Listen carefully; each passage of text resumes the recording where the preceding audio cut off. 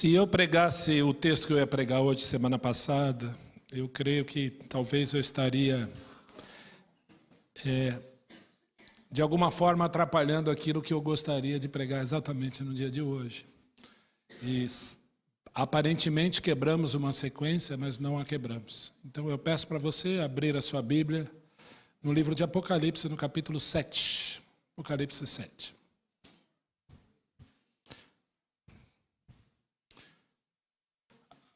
É um texto que, para mim, ele é bastante rico em informações, mas ele tem uma conclusão muito óbvia que eu gostaria de trazer para os irmãos essa noite e nos desafia também a seguirmos em frente no nosso propósito, no nosso DNA, vamos colocar assim, da IPBI, de evangelismo, que é isso que deve mover o crente, né? Se eu recebi o maior tesouro, eu não posso guardar para mim, eu tenho que compartilhar.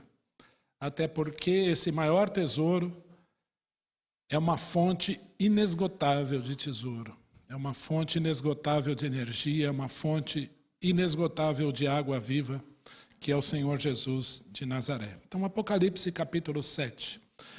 Pai, nós colocamos a Tua palavra diante de Ti, pedimos que o Senhor nos abençoe, nos guarde, nos ensine, fale conosco e que possamos, Senhor, viver aquilo que Tu tens para nós. Oramos agradecidos em nome de Jesus. Amém. Amém.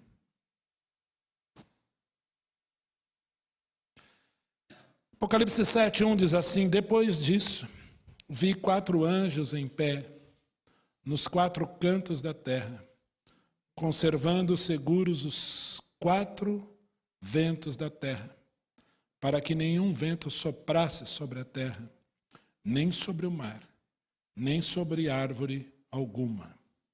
Eu fiquei imaginando, quando eu li esse texto, tomando essas palavras, o que é morar, por exemplo, 365 dias do ano, no calor máximo de Palmas, no Tocantins.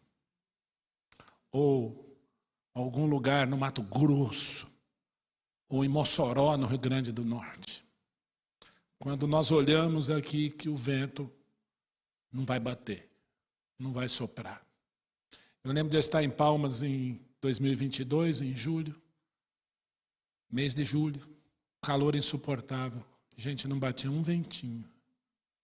Eu fiquei pensando nesse texto, que em algum momento parece que Deus para tudo e diz, não vai soprar vento nenhum.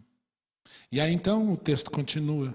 Vi outro anjo que subia do nascente do sol, tendo o selo do Deus vivo, e clamou em grande voz aos 4 anjos, aqueles aos quais fora dado fazer dano à terra e ao mar, se você ler os versículos anteriores que antecedem o capítulo 7, dizendo: não danifiqueis nem a terra, nem o mar, nem as árvores, até selarmos em suas frontes os servos do nosso Deus. Quem são esses? Então ouvi o número dos que foram selados, que era 144.000 de todas as tribos dos filhos de Israel. Então quem foi ou quem fora selado, quantos são os que foram selados aqui? 144.000 de todas as tribos dos filhos de Israel. Quando nós lemos esses textos, eu já vi aplicações, já vi interpretações das mais absurdas. Mas eu entendo que o que você quer dizer para mim, ou o que eu quero dizer para você, é exatamente aquilo que eu quero dizer para você e aquilo que você quer dizer para mim. Né? Algumas pessoas gostam muito de entrelinhas, mas eu creio que nós precisamos ser assertivos muitas vezes, como a Bíblia o é, como o Senhor Jesus é, como a revelação bíblica é. 144.000, presta atenção, de todas as tribos dos filhos de Israel. E aqui ele vai dizer os nomes. Olha que interessante o verso 5. Da tribo de Judá foram selados 12.000. Da tribo de Ruben, 12.000. Gade, 12.000. Aser, 12.000. Da tribo de Naphtali, 12.000. De Manassés, 12.000. Da tribo de Simeão, 12.000. Da tribo de Levi, 12.000. Da tribo de Issacar, 12.000. Da tribo de Zebulon, 12.000. Da tribo de José, 12.000. Da tribo de Benjamim foram selados 12.000. Que interessante. 12.000 de cada tribo. 12 vezes 12. 12.000 vezes 12, 144.000. Uma vez alguém disse para mim, eu sou ungido, da classe dos ungidos, das testemunhas de Jeová, e eu pertenço aos 144.000. Eu falei, não diga. De qual tribo?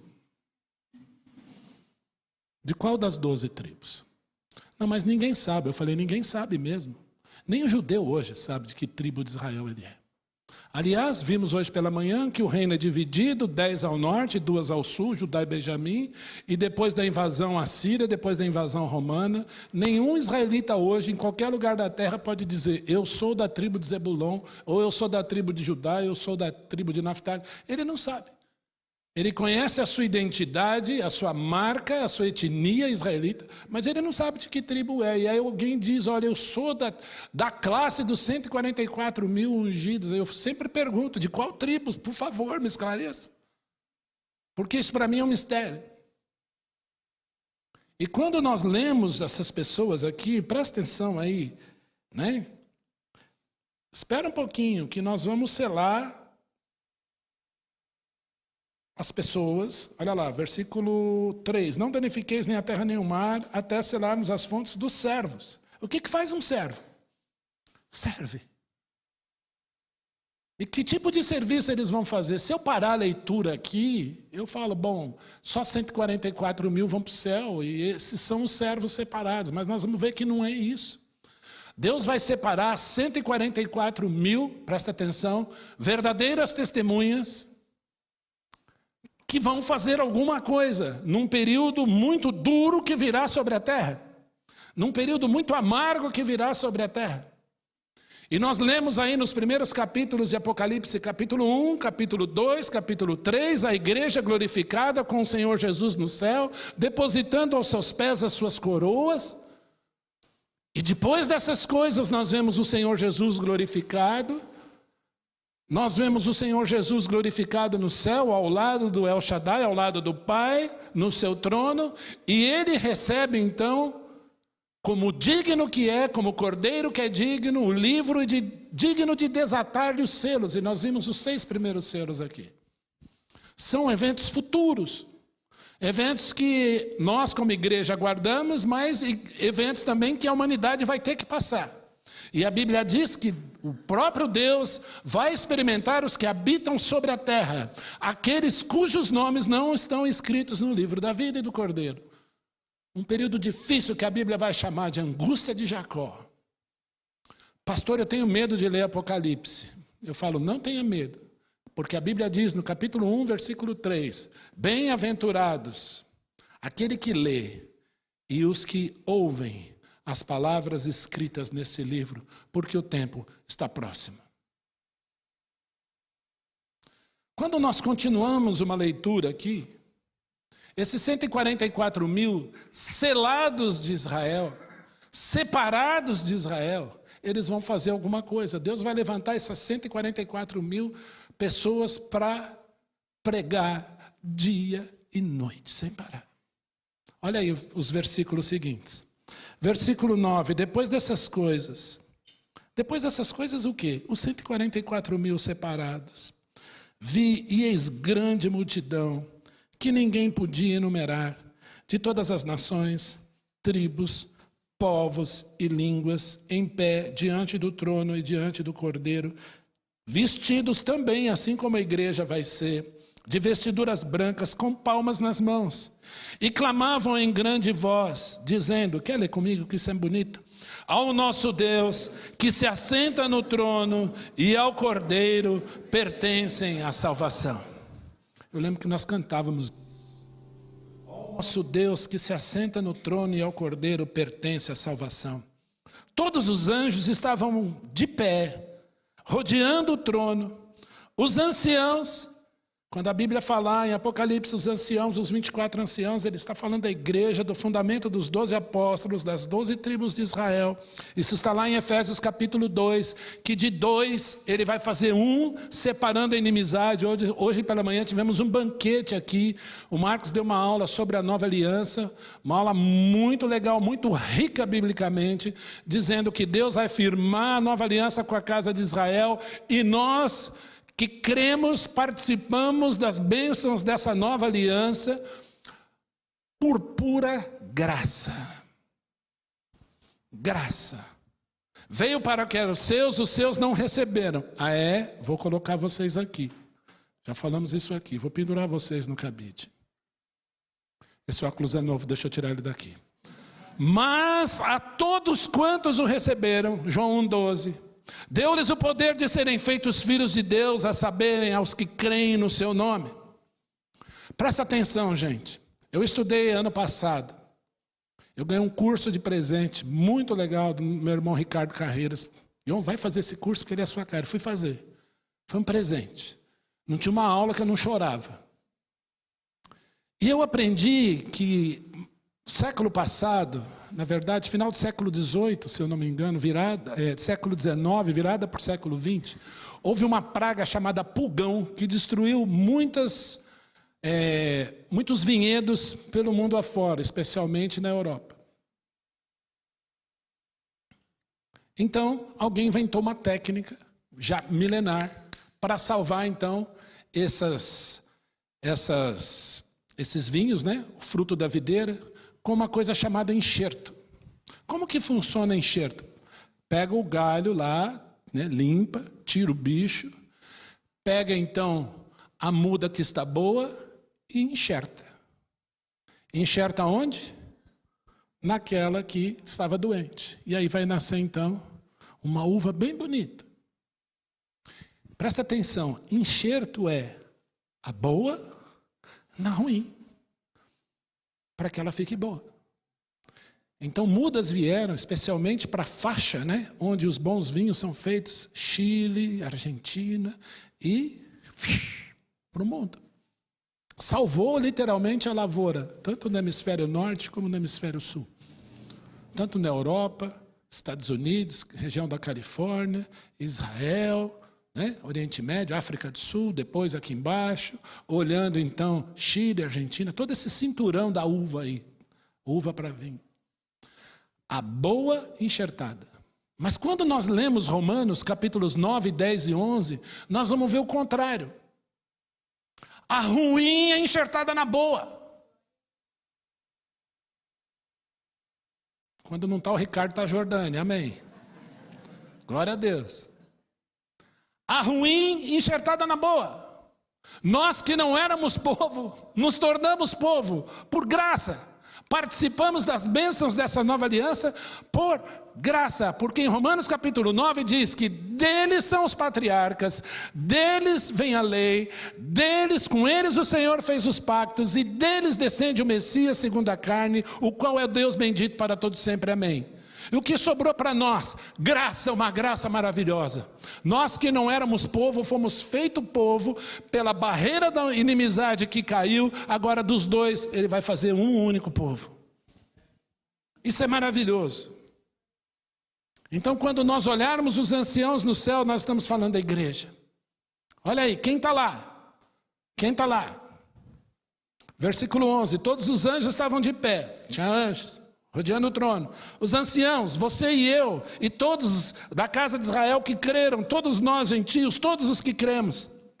Os 4 seres viventes ante o trono se prostraram sobre os seus rostos e adoraram a Deus dizendo, vamos comigo? Amém, o louvor e a glória e a sabedoria e as ações de graça e a honra e o poder e a força sejam ao nosso Deus pelos séculos dos séculos. Amém.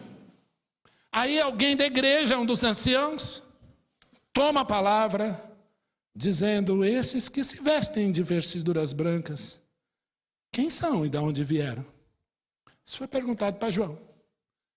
Ô João, você está escrevendo isso aí, esses que se vestem de vestiduras brancas, com palmas nas mãos, quem são? Quem são? Presta atenção, olha a resposta. Respondi-lhe: meu Senhor, tu sabes, eu não sei, o Senhor que sabe. Ele então me disse: são estes os que vêm da grande tribulação. No período de maior angústia da história da humanidade, que vai sobrepujar todas as guerras, todas as catástrofes mundiais, esses eventos que vão ser descritos aqui, desde Apocalipse 6 até final do Apocalipse 18, entrando quase no 19, é o período mais angustioso da história da humanidade. Mas haverá crentes aqui, pessoas que irão crer no Senhor Jesus, mas infelizmente a maioria vai endurecer.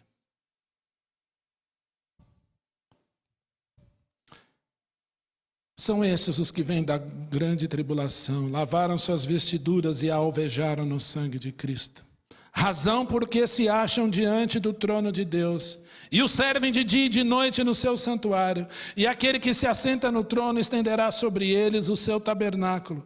Jamais terão fome, nunca mais terão sede, não cairá sobre eles o sol, nem ardor algum, pois o Cordeiro que se encontra no meio do trono os apacentará, e os guiará para as fontes da água da vida, e Deus lhes enxugará dos olhos toda lágrima. A Bíblia faz muito isso, viu, gente? Olha aqui. Ela joga lá para frente, volta e explica. Joga lá para frente, volta e explica. Aonde está escrito que Deus enxugará dos olhos toda lágrima? Lá no capítulo 21, versículo 4. Lá na frente, depois ele volta. O desejo do Deus eterno é apacentar o seu povo desde os primórdios da humanidade. Desde o Éden, Deus andava com eles. Queria andar com eles. Estava no meio deles. Deus forma uma nação e deseja estar no meio deles. Vocês vão fazer um santuário, um tabernáculo para que eu possa estar no meio de vós. Depois, o povo já na terra, Deus vai levantar Salomão para construir o templo, para que ele estivesse no meio deles. Aí o Senhor Jesus se faz homem para estar no meio deles. O Senhor Jesus é crucificado e disse: eu voltarei para que onde eu estou estejais vós também. Durante toda a eternidade o Senhor apacenta o seu povo. Descendo o Monte das Oliveiras, indo para Jerusalém, o Senhor Jesus avista aquela cidade, diz o texto bíblico que ele chorou. E disse: Jerusalém, Jerusalém, que matas os profetas e apedrejas os que te forem enviados. Quantas vezes vos quis juntar, quantas vezes vos quis apacentar, quantas vezes quis vocês perto de mim como uma galinha junto seus pintinhos debaixo das suas asas, mas vós não os quisestes. Hoje pela manhã a Estela trouxe aqui uma devocional dizendo: você é pastor ou você é ovelha? Você é leão ou você é ovelha? E infelizmente a maioria dos crentes quer ser leão. E nós somos ovelhas. Ovelhas de um e do único grande Senhor e pastor das ovelhas, que é Jesus de Nazaré. Eu sou o bom pastor, disse ele. É ele que apacenta o seu povo na história. Então ele vai apacentar Israel, vai trazer Israel para si. Está escrito. Você concordando comigo ou não, está escrito. Eu separei mais 90 textos essa semana. Ele vai fazer isso. Mas é ele que também apacenta a sua igreja, que interessante. E a posição da igreja de Cristo Jesus, ela é superior ainda. Que interessante. Que privilégio a ser a igreja do Senhor Jesus. Estaremos para sempre com o Senhor. E é essa igreja que ele vem buscar. Ele apacenta. Mas os sobreviventes da tribulação também serão apacentados. Os santos do Antigo Testamento serão ressurretos um dia. O Senhor os apacentará. Haverá um só rebanho. Olha que Jesus disse em João 10. Eu tenho outras ovelhas, não deste aprisco. Não é da casa de Israel. A mim me convém buscá-las. Então haverá um só rebanho, um só pastor. Dá para entender isso? A ruim enxertada na boa. Misericórdia.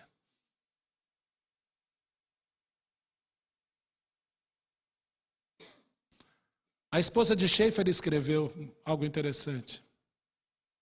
Interessante é que Deus criou o judeu, o povo judeu. Mais interessante ainda é que aqueles que escolheram o Deus do judeu odeiam tanto o judeu.